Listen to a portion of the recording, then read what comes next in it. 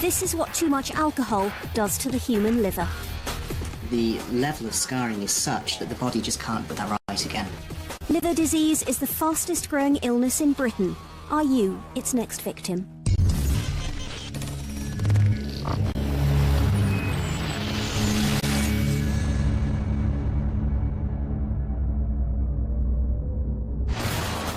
Tonight on Dispatches, the shocking results from our mobile clinic. Liver disease in Britain may be even worse than doctors fear because we're drinking too much.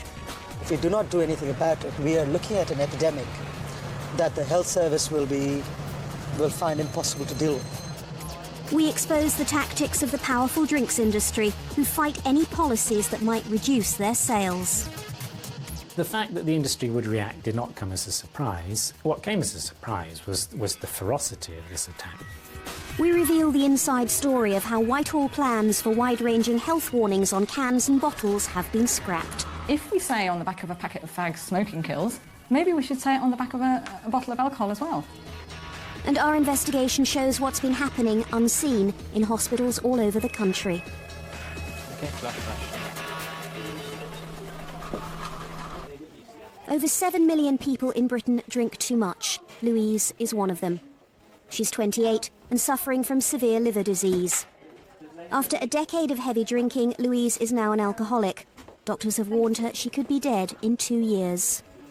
Tell me, when you started drinking, how old you were and, what you thought about it when you first started drinking. Well, I just had, 1, 2 glasses of wine, not much.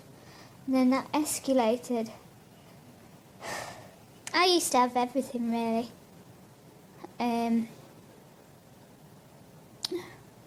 Good job. Got my qualifications. I could do anything. It's just all this ruining it. Stupid. Oh, God. Hospital admissions for alcoholic liver disease have doubled in the last 10 years. And for the first time, large numbers of younger people are being affected. The numbers are increasing and we're seeing more and more people. Our average age is coming down dramatically. It was once 60s, it's now an average age of about 40. We're seeing a lot of deaths. Our youngest death on the unit is 22. So these people are just drinking, thinking they're having a good time, not doing any harm, and one day wake up with conditions just like Louise. Alcoholic liver disease doesn't just affect alcoholics. Anyone who's drinking heavily is at risk. The government is trying to find ways of getting that message across to millions of people who don't consider they've got a problem. So starting in London, Dispatches is finding out how aware people are of liver damage. That knowledge might prevent some drinkers developing a disease which could kill them. We're running a mobile clinic, providing free liver testing to the general public. First stop, Finsbury Square, in the heart of the city. So how would you describe your drinking habit? Well, I try not to spill any. This blood test will show if the liver is already in trouble. Weekend drinker mainly. Fridays, Saturdays, Sundays usually. Then Dr. Rajiv Jalan, a liver consultant, with a new machine called a FibroScan. It detects changes in the liver tissue caused by alcohol. 3 to 4 is normal. Anything over 5 is worrying. So how much do you drink? I drink 5 or 6 Jack Daniels a night. Every day? No, just like Friday and Saturday, really. Right. That's a score of 5.4, which is out of the normal range, okay? Wow. Okay, so we accept a value up to 5 as being normal. Right. So it is really thinking about shocking, it. actually. Yeah. No, look, it's that's the purpose of this exercise. Yeah. We'd expected about 5% of people to have raised levels, but our first few tests suggested a much bigger problem. As you can see, the number that you see is 7.8, Right. which is significantly higher than a normal liver. Okay? Wow. I think you need to see a GP. Okay. You'll obviously need some other blood tests Okay. to find out it's not anything else that we need to do something about. And it may then be lifestyle issues. Yeah? Right. Scan reading's 13.9. He said that was abnormal, and he said that one should abstain. I asked him how long for, and he said months, and it should go back to normal, hopefully. And I will be going to the GP, as suggested. And why do you think it is 13.9? I mean, what's your sort of drinking history? I actually, I drink the same as all my friends, I thought, which is kind of just Friday and Saturday night, spending down the pub. We tested about 40 people. To the doctor's horror, over half had abnormal readings, and several showed signs of serious liver damage. These are high-earning, high-drinking young professionals, so we were expecting some abnormal results, but I have to say that absolutely everybody has been astonished by the results that we've had. Oh, there's this 40-year-old girl who works in the city. She's doing fantastically well from the sounds and looks of it, and she has astronomically high scores. And, I don't know whether to cry or to take her into another room and counsel her, or where do you start? Because she is only one of several of her colleagues who may well be in that same position. The prevalence of liver disease in the 20s and 30s in the young, successful people is rife. And if we do not do anything about it, we are looking at an epidemic that's going to face us in 15, 20 years with cirrhosis in these people that the health service will find impossible to deal with. The NHS already spends almost £2 billion a year dealing with the effects of alcohol. In the final stages of liver disease, the only option may be a liver transplant. We've come to Birmingham to watch an operation. The new liver has just arrived at the Queen Elizabeth Hospital. It's exactly 12 hours since the team heard an organ was available more than 100 miles away. The donor died from head injuries. The patient, Muriel, didn't know she was seriously ill until a few months ago. Liver disease builds up silently. But without this transplant, she'd be dead in a year. A 68-year-old lady who used to drink quite a lot. More socially, I think she sort of lived around the world, and unfortunately over the last few months she has deteriorated both in terms of her liver function as well as having developed a cancer in her scarred diseased liver. In the early stages of the disease, the liver can repair itself. Muriel stopped drinking 5 years ago, but that was already too late. And the liver itself is scarred and shrunken and small and diseased. So the fact that it's all knobbly, that's what's telling you that it's cirrhotic, is it? Yes, that's coag down to normal. The government says it wants to target people like Muriel, make them more aware of the risks so they cut back long before they reach this stage. So we're just stapling the vein to start taking the liver out. The liver's out. Muriel's old liver was taken from the operating theatre straight to the research laboratory, and we followed it. I don't know if you've seen liver in a butcher shop, but it would normally be a very smooth, purplish colour. Whereas here, we can see that there's mottling. There's these areas where it's discoloured, and then these lumpy bits where what are these lumpy bits? Well, this is the kind of change that we see with cirrhosis. So the healthy liver cells, which are a sort of purplish colour, are replaced by bands of gristle which join up, and eventually, if you have enough of this fibrosis, this gristle tissue in the liver, it becomes cirrhotic, and cirrhosis just really refers to a stage of scarring that's really irreversible. The scarring's got to a point at which it can never really recover. Government figures suggest up to 1.5 million people may be developing livers like this without realising it. Back in theatre, the new liver is ready to be plumbed in. Right hand on liver, liver out of ice. Left hand on liver. Already more and more people need this operation. Doctors fear the queues will grow, and it won't just be patients like Muriel. But I know my colleagues out in the referring hospitals are seeing more and more younger patients, more and more patients with more severe forms of alcoholic liver disease earlier on in their lives.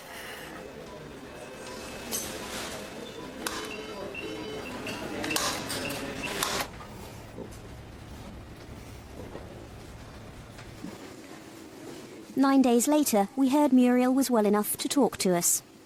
Because liver disease is a quiet killer, it crept up on Muriel through years of heavy drinking. Thank you very much. We took along a laptop to show her the damage she'd done. Now, that's your liver, there. Oh, was it? Oh my God. Goodness me. It's amazing, actually, with that inside you, that you weren't more ill than you were. Exactly. You weren't aware That's of right, it. yeah. But while I'm sitting here looking at that, I'm thinking to myself, How lucky. how lucky I am. Yeah. How difficult's it been for you? Terribly difficult. You can have me close to tears now. Close as I've been. But the two of you can look ahead now, can't you? In a way that you really couldn't before. Yeah.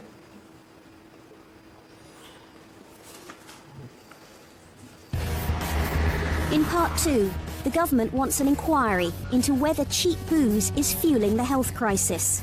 We show how the drinks industry and the retailers are fighting that message.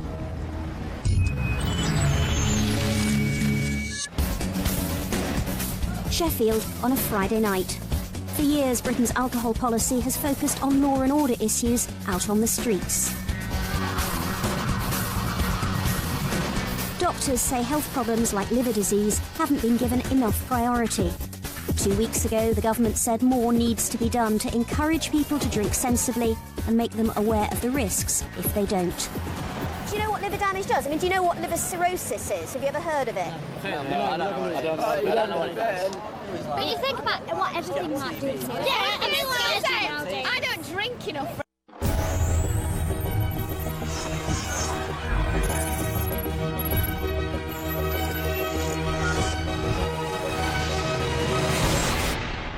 Documentary TV. It to bugger me up. 2 pints and I'm knackered. I'm sat down. She's had more than 2 pints. The government says women shouldn't regularly drink more than 2 to 3 units of alcohol a day, 3 to 4 for men. But many people are confused by the size and strength of drinks. 1 unit is half a pint of standard strength beer, which is 3.5%. But most modern lagers are quite a lot stronger than that. So a can of Stella Artois, 5.2%, which means that this one can has got 2.3 units of alcohol in it. So 2 cans a day, over safe limits for a man. 4 cans regularly, you risk significant health damage, says the government. With wine, again, it very much depends on the strength of the wine, and they do vary a lot. This Australian red has almost 11 units in it for the bottle. So a standard pub glass, which is 125 ml, that's 1.8 units. But if you were to have a large glass, and it's certainly what most of our wine glasses are, then that is 3.5 units of wine. 1 large glass a day, already beyond a woman's safe limit.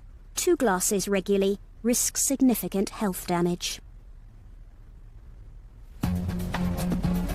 Millions of people drink that and more every night and think it's safe.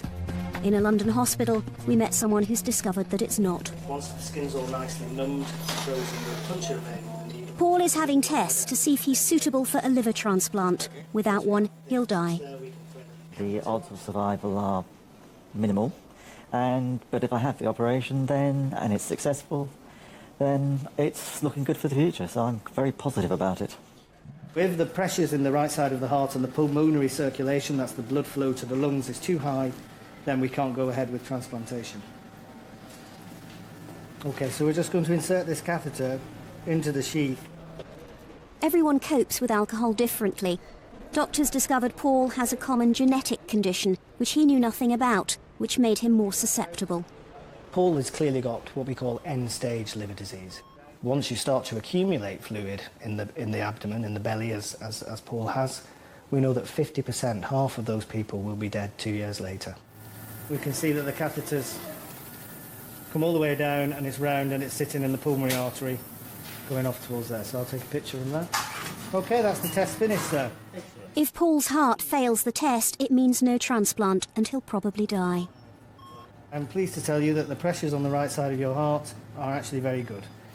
I'm pleased for you. We're seeing more and more people like Paul who work in the city or work busy jobs, who drink socially with meetings, entertaining clients, come home in the evening, have half a bottle of wine or more just to relax after a busy day's work. They're not getting drunk, they're not dependent, they have high-profile, high-powered jobs, and yet they get liver disease, and it's happening more and more. Paul's home from hospital. He was a successful accountant. He's almost unrecognisable from 3 years ago when he celebrated his 50th birthday. It was a stunning time, wasn't it? It's good. They both worked and always opened a bottle of wine when they got home and finished it between them. Very rarely did either of us get seeming drunk. It was just, you know... Oh, we didn't? No, well, sometimes I did. Oh, maybe you did. But you never... It was never that sort of really excessive stuff. And yes, we were breaching the 14/21 units of alcohol, but so everybody else does. You always know at the back of your mind that you're drinking too much, but you think, well, doctors are very conservative, so if they say it's 28 units, then you can probably push it to 32 or something. 32 or something. Double it even, maybe. You know, because it won't happen to me. And you just do. You just sleepwalk into this. Our liver testing roadshow has moved to Birmingham. We set up in front of the town hall to attract a mix of people. Shoppers, students, passers-by, anyone who likes a drink. I can easily get through 3 bottles of wine quite happily, so... In how long? In a night? Probably about 10 pints a day. But I only ever drink real ale. If it's there, we'll drink it. It's as simple as that. Do you know how many units you're supposed to drink in a week? That's proper, like, that's mixed up. Yes. I know. It's 12:05. We're doing the first test of the day. We've only been open for business 5 minutes, but we are already booked out completely right through till 6 o'clock. And that's because in the hour that it's taken us to set up, so many people have come past and said they wanted the test that we've booked appointments right the way through the afternoon. So that's it. The rest of the day now, we're just going to have to turn people away. If I can get you to slip your cardigan... Dr. Andy Holt from the Queen Elizabeth Hospital is working the scanner, which picks up any damage to liver tissue caused by alcohol. OK, well done. Well, it's higher than we would expect. You're lovely and thin, you're young, and I would normally expect your reading to be somewhere between 3.5 and 4, OK? And you can see on here that it's 7. 7.1. What did you say about that? It's too high, so I've got to go and see my GP and stop drinking. All my friends, you know, I don't drink more than my friends, so... You don't? No. They're all drinking at the same levels as you? Absolutely, so I should show this to them. When people are young, their liver can take a huge amount of punishment and still recover. But many of those we saw were pushing their luck. 4.1. What did you say about that? He said I'm the wrong end of average, so as long as I keep an eye on how much I'm consuming, we should be all right. I'd drink a good 6 days out of 7. On a quiet night, about 4 pints. On a big night, well, it's wine. I've got a worryingly large tolerance to wine. I can easily get through 3 bottles of wine quite happily, so... In how long? In a night? In a night, yeah, You're it's kidding. quite... Well, on my birthday, I drank a box of wine, it was 4 pack. Oh. And I get a horrendous memory and I don't know, I can seem perfectly fine and walk and talk, but really have no idea what's going on, so that's why I thought it'd probably best get checked out. What came across so clearly was how many people drink at home almost every night. They buy their wine from the supermarkets. It's cheap, so they can afford to drink more. The reading was showing a 4.9 on the scan, and the doctor explained that that was a degree of stiffness. You would have expected a little bit lower than that from the results that I have from here. So it's perhaps nothing to be too disturbed about, but I think I'll watch what I'm drinking. You're mainly drinking at home, are you? Yes, I would. I mean, we do go out with friends and then occasionally lunchtime, but if I'm going to drink, it'll be in the evening, and it will be a couple of glasses in the evening and perhaps 3 on a Saturday. Do you think you are buying more and therefore drinking more because it's cheaper? Yes. Definitely, yes. Consumption is up. It's certainly up in my household, and I know it's up in the households of many of my friends. And is consumption up because of price? Is there a direct link for you? I think so. 3 bottles of Blossom Hill wine for £10 is a very good bargain at the end of the day. You can't buy a bottle of wine in a restaurant for £10, a good bottle of wine. And whenever you do your shopping, it automatically puts in a bottle of wine in the trolley. And are you attracted by all the discounts there are? Do you think you're buying any more? Yeah, I probably doing different brands. Yeah. No, I think the discounts do have an attraction, don't they? Like 3 bottles for £10 or whatever, you know. So do you think it makes you buy more and drink more than you would otherwise? Because if it's in the house, then you're more likely to open it if you've over purchased. Yeah. This week's bargain. Yeah. £4.95 for 8 So, What do you think of that as a price? I think that's a right good bargain yourself. We wanna have some fun. We wanna have some. As in London, just over 50% of people here had abnormal results, 10 times what doctors expected. So the government may have badly underestimated the health crisis ahead. I think it's too freely available. I think it's available to those who shouldn't be drinking, and I think its cheapness these days means that it's actually available in quantities that previously people just couldn't afford to drink, which is leading to some of the problems we're seeing. The supermarkets sell about half the wine we drink and 20% of the beer. The Competition Commission recently accused the big chains of selling some brands for less than they actually cost. The supermarkets don't admit that, but they certainly have some good deals. We decided to see how drunk you could get for £20. First, Asda. Right, I have bought 6 bottles of red wine on special offer, any 6 for £20. Each bottle, it tells you on the back, has got 10.8 units of alcohol. So if you get through this lot in less than 3 weeks, you're exceeding your maximum recommended allowance. So £20 worth of alcohol from Sainsbury's is more than I can actually carry, because they've got a special offer. You get 2 of these boxes for 20 quid. That's 40 bottles. That works out at all. I think that this was agreed with government, that you can't include all this information on the back label of the bottle. What I'm clear on is actually one of the things the consumer wants to know about is what's this wine like, what's this spirit product like, what should I drink this wine with? And you know, that's one of the bits of information the consumer wants. But they may also want to know what it could do to them health-wise. Tell me your objections to some of the others that were up for discussion. So, too much alcohol can raise your blood pressure. How much is too much alcohol? Okay. What does that mean? Long-term heavy use of alcohol can cause heart failure. Again, what does that mean? It's too vague a statement to be able to be put on the back label of a bottle. Alcohol cirrhosis can kill the under-30s? Again, it's too vague a message to put on the back label of a bottle. What's your weight alcohol is calorie heavy? Well, again, that could be an entirely incorrect statement in relation to some alcoholic products. But you know, something like white wine is actually very low in calorie content. It's got lower calorie content than apple juice. But isn't the fact that you're going to object to anything that makes alcohol sound as if it can have health consequences? No, that is definitely not the case. Then I think why the not go for some of these messages? The industry takes its responsibility on this very, very seriously. We don't believe that the back label of a bottle is the best way to communicate what are some very, very complex messages. The government's view is that the industry must take the lead in educating people to drink responsibly. But health campaigners say, clearly, that hasn't worked. I think, unfortunately, the drinks industry has a shareholder base to satisfy. It has to look at the bottom line. And if the evidence-based ways of reducing harm mean that the country drinks less, it's not surprising that the drinks industry will not be behind that. One last day of free liver tests. Dr. Rajiv Jalan is with us again. And we're right across the road from the House of Commons. We've invited about 200 MPs, mainly members of the all-party beer group, which supports the beer and brewing trade. The vice-chairman of the group, Nick Harvey, is our first visitor. Please come and have a sit down. Look, I think your liver is in good health. Well, pleased to hear it. It's been given enough provocation. I'll just... Then Julie Kirkbride, who, like Nick Harvey, admits that most evenings she drinks up to half a bottle of wine. Okay. Okay, that looks pretty good. We'll stop there, okay? I can't tell you how relieved I am. I don't get binge drinking, let me just make it clear here. But I am a bit naughtier than all those guidelines suggest I ought to be. Yes. Then Peter Bottomley MP.